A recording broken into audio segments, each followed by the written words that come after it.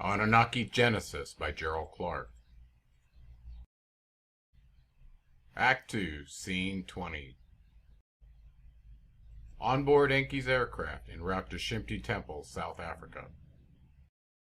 Enki and Ninmah are shown departing the Anunnaki Council heated meeting, discussing and debating the effectiveness of tools versus biological workers, and the impact effect it might have if galactic slavery laws are broken. Enki. Dear sister, the issue concerning the means with which to accomplish our tasks, including tools versus a replacement primitive biological worker, satisfies our self-serving mission but has both positive and negative effects. Ninmah. As you know, O far-sighted one, enslaving another for our own gain is wrong and against galactic law. Enki.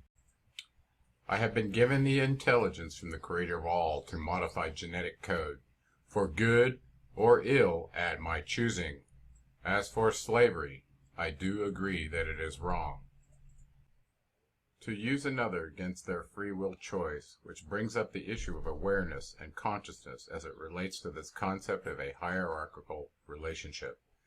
Suppose the worker were to be given a consciousness that serves our purposes, while at the same time nurturing their inner spirit derived from our common source, the Creator of all.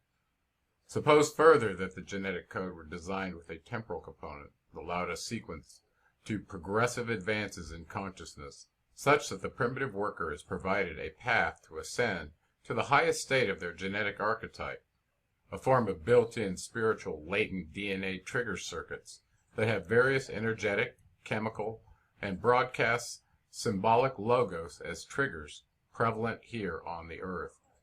In this sense, we pay back the primitive workers for their physical sacrifices for eventual consciousness freedom.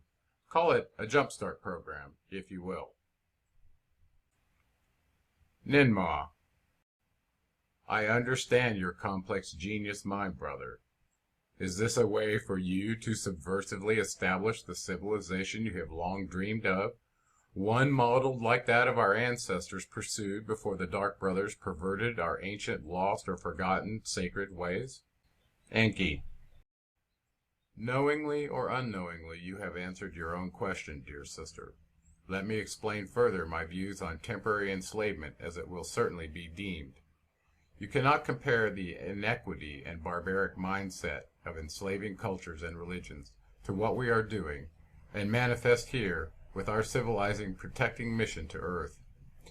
That is why it is confusing to you. It is simply universal order, nothing more. Everything is both guider and to something and guided by something, subordinate to something and superior to something. There is always someone better than you and lesser than you, including with me. This is how the universe runs, how all things link via their polarity. It is just polarity, not superiority or inferiority. Each individual's duty is to find what they are attracted to, supposed to surrender to, and be subordinate to. That's what each of us are personally responsible for, not getting someone to be subordinate to us.